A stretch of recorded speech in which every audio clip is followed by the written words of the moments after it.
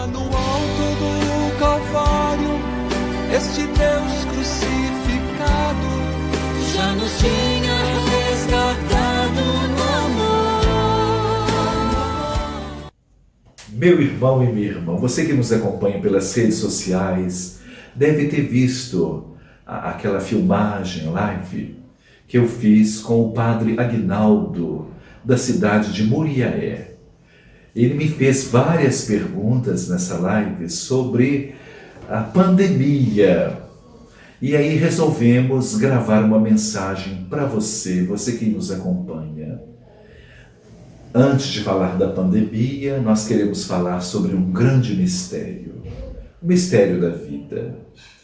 Por isso que eu gosto muito do Gonzaguinha. Larissa está aqui comigo, é nossa cantora, faz parte dos Jovens Missionários Continentais, que agora, no dia 30 de agosto, está completando 7 anos de fundação. Já fez algumas missões conosco aqui em Juiz de Fora. Gonzaguinha, Larissa, dizia assim: eu fico com a pureza e a resposta das crianças. É bonita e é bonita. Viver e não ter vergonha de ser feliz. E não ter a vergonha de ser feliz. Cantar, cantar e cantar e ser um eterno aprendiz. Então nós estamos diante do mistério da vida. Calma, meu irmão, minha irmã. Pandemia tem muito a ver com a vida. Entre a vida e a morte, nós estamos aí, vivendo. Por isso é muito difícil, é muito trabalhoso existir. Você existe. Teve um grande filósofo que trabalhou muito essa questão. Foi Sartre, o pai do existencialismo. Ele vai dizer assim: Larissa, não importa o que fizeram comigo. O importante é o que eu faço com essas coisas. Por isso que hoje você é convidado a rever a sua história, neste tempo de pandemia. Entre a vida e a morte, estamos aqui, estamos existindo. E o que vamos fazer com a nossa existência? Por exemplo, São Francisco de Assis, Larissa, ele dizia assim: seja bem-vinda, irmã morte, porque com a morte cessam-se as dores. Você já viu algum morto sentir dor, Larissa? Não sente. Você já viu algum morto sentir preocupação? Não tem. Você já viu algum falecido angustiado? Então São Francisco estava certo. Seja bem-vinda, irmã morte, porque a morte, para São Francisco, termina com as dores, as preocupações, a angústia, e a criatura limitada vai ao encontro do Deus da vida. Rubem Alves, o grande escritor mineiro, né? Mineiro, Larissa, ele vai dizer assim, que ele gostaria de ter um cemitério de amigos, e a cada amigo que fosse morrendo, ele colocaria uma plaquinha numa árvore. Sabe que eu fiz isso lá em Santos Dumont, na Ermida, né? Eu tenho mais de 100 árvores com o nome de pessoas que já faleceram.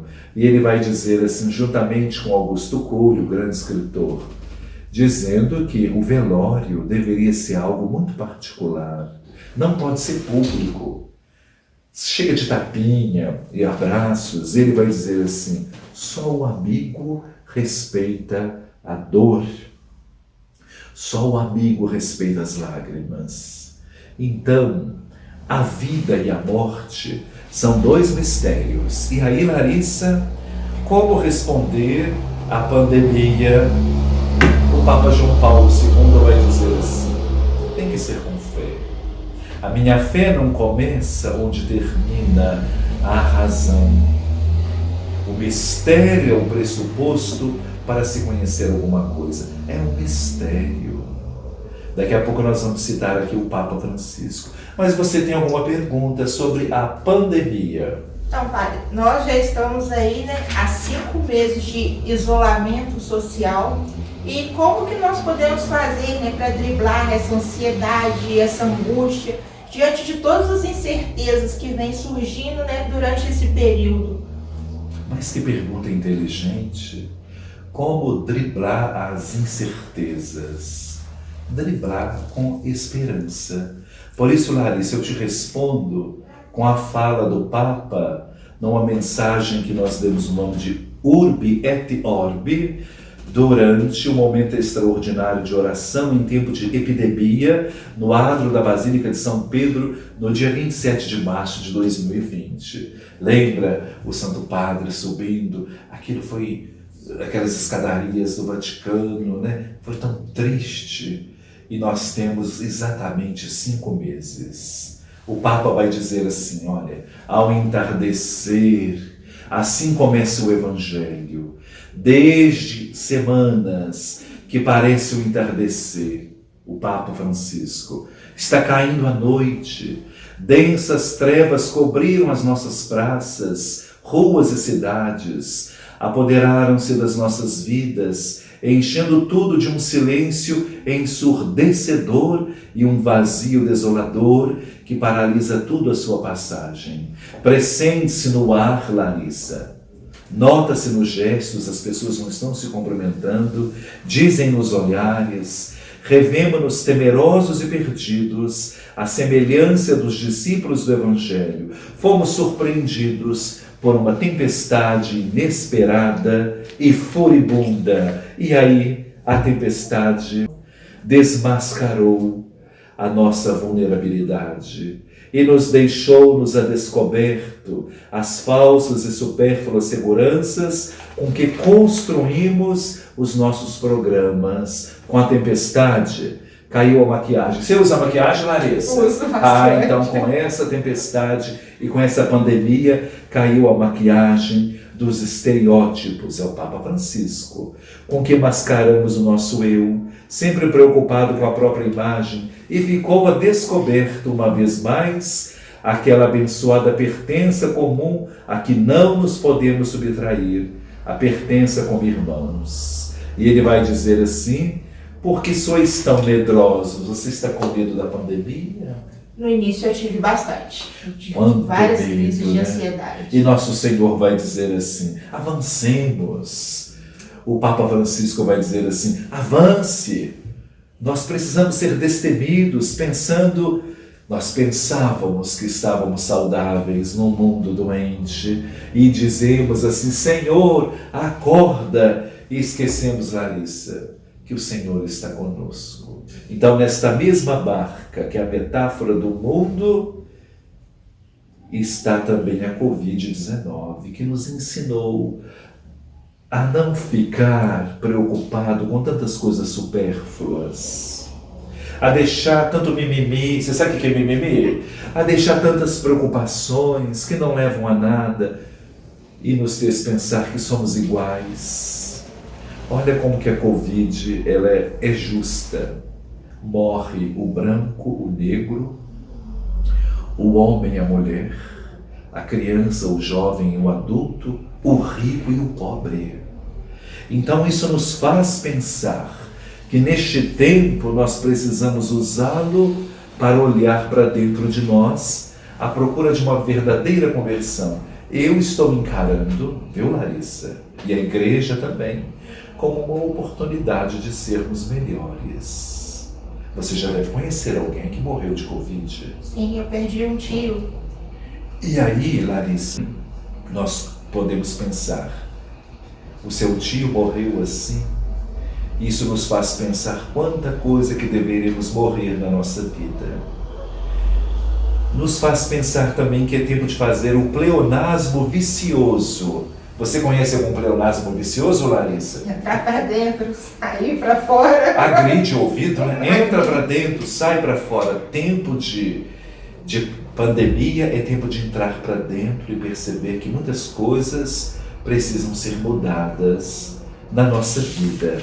Mas teve alguém que perguntou assim também. Quando alguém morre, isso é vontade de Deus, Deus queria assim. Eu não sei se foi o Cleison que me perguntou isso, você se recorda? Foi o Cleison que fez essa pergunta. Qual foi a pergunta dele mesmo? Ele disse assim, quando nós dizemos assim, que a pessoa morreu, que ela foi para um lugar melhor, que isso era a vontade de Deus. É lugar melhor e vontade de Deus. Olha, eu vou te dizer uma coisa. Nós estamos aqui diante de uma disciplina bonita na teologia, chamada escatologia. É o já e o ainda não. Esse bonito, esse outro lugar, ele já começa aqui, Larissa. É o que você constrói aqui, com a sua vida, com o seu testemunho, com as suas lutas, no seu dia a dia. Então não existe um outro lugar que não começou aqui. Então, se você leva uma vida de honestidade, vivendo aquilo que nosso Senhor ensinou, é simplesmente um rito de passagem.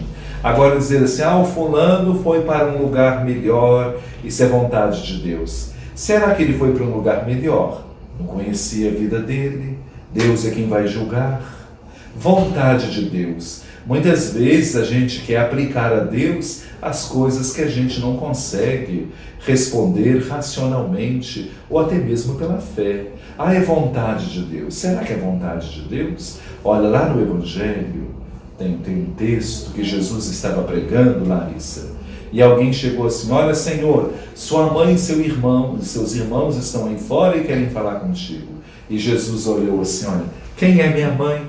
Quem são meus irmãos? Minha mãe e meus irmãos são aqueles que fazem a vontade de Deus. Então quem faz a vontade de Deus vai estar com Ele. Mas eu acho que nós cristãos e nós como igreja devemos pregar a esperança. Dias melhores virão. E aproveitar desta pandemia para fazer um profundo exame de consciência e mudar. Não como aquela quaresma que você está acostumado a fazer todo ano, que você deixa de tomar refrigerante. Eu já te vi esse mais magrinha, viu, Larissa? Deixa de comer bolo e comer doce e refrigerante. Isso é dieta. Calma. Deus quer a conversão do nosso coração. Aproveite essa pandemia. Já estamos entrando no 5º mês? Já estamos no 5º mês. Poderíamos se perguntar, o que você melhorou no 1º mês? O que você deixou no 2º mês? O que você conquistou no 3º mês? O que você jogou fora no 4º mês? E o que você quer apresentar a nosso Senhor neste 5º mês? Olha, se sairmos vivos desta pandemia, pelo menos moralmente teremos que ser melhores. Melhor em tudo. Imagine, nós somos privilegiados de passar por isso e estamos vivos. Lembra como nós iniciamos essa entrevista? Eu fico com a pureza. E a resposta das crianças. É bonita e é bonita. Meu irmão, viva hoje como se fosse o último dia. Não faça aos outros aquilo que você não quer que faça você.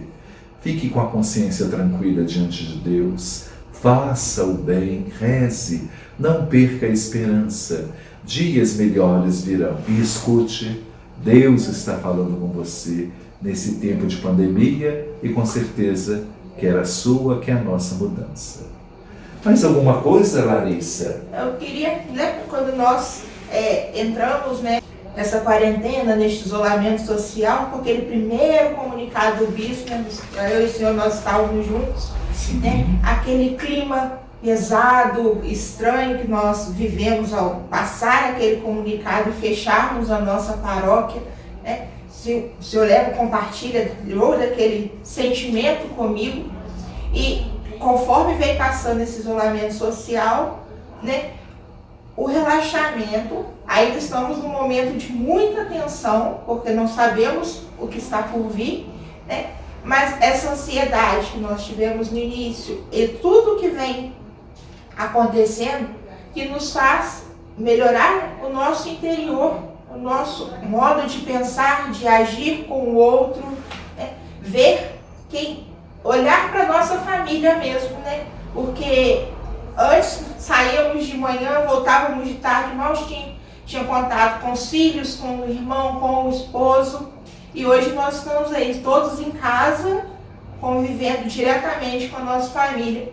E dentro disso nós temos visto muitos divórcios, muitas separações de famílias. Então vamos entrar também na Semana da Família, como ter essa flexibilidade dentro de casa, com as crianças, com tudo ali, porque é aquele convívio de 24 horas. Muito bem, Larissa. Eu ouvi alguém dizer, até uma pesquisa, que houve um aumento de divórcio. Por quê? Vamos dar aqui um exemplo típico. O homem saía cedo, a mulher também, para trabalhar, e se encontravam só à noite, ou no final de semana, vai bater uma pelada, vai jogar bola, vai para um churrasco, e agora eles têm que conviver com o outro, conhecer a outra, nas suas fragilidades e nas suas limitações, comendo um saco de sal juntos. Então a pandemia nos proporcionou conhecer os outros melhores. Até nós aqui na paróquia, este grupo que nasceu, que nós chamamos de PASCOM, nós não nos conhecíamos assim como nós nos conhecemos hoje. Eu sabia que tinha um rapaz chamado Cleito que cantava, mas não conhecia a sua história, com a Camila, tinha lá a Camilinha, o Bruno. Você viu que nós fizemos um grupo coeso, amigos, nós estamos aí. Então isso de pequeno, agora imagine a partir da família, os relacionamentos, né, que vão se formando, como dizia o Papa Paulo VI, os melhores valores nós aprendemos em família. Então, esta pandemia nos ajudou a nos conhecermos mais e melhores. E agora, Larissa, nós estamos caminhando para uma triste cifra, né? Já estamos chegando a 100 mil, quase 100 mil mortos no Brasil. Imagine muita gente, são muitas pessoas que perderam a vida, e isso nos faz pensar que nós precisamos melhorar. Isso nos faz pensar que precisamos ser melhores. Como que vamos enfrentar isso, Larissa? Com esperança. Com esperança é a voz do Papa. E sugiro a você que adquira este livro. Não sei se as editoras publicaram, porque está tudo em crise, mas tem na internet. Papa Francisco, a vida após a pandemia. O prefácio do cardeal Michel, sacerdote jesuíta. É onde ele traz artigos belíssimos nos convidando à esperança. A vida pós-pandemia do Papa Francisco. Meu irmão e minha irmã, coragem, não desanime. Abençoe-vos o Deus Todo-Poderoso, Pai, Filho e Espírito Santo. Amém. Ó sangue e água que jorra do peito aberto de Jesus, como fonte de misericórdia para nós, eu em vós confio, eu confio em vós.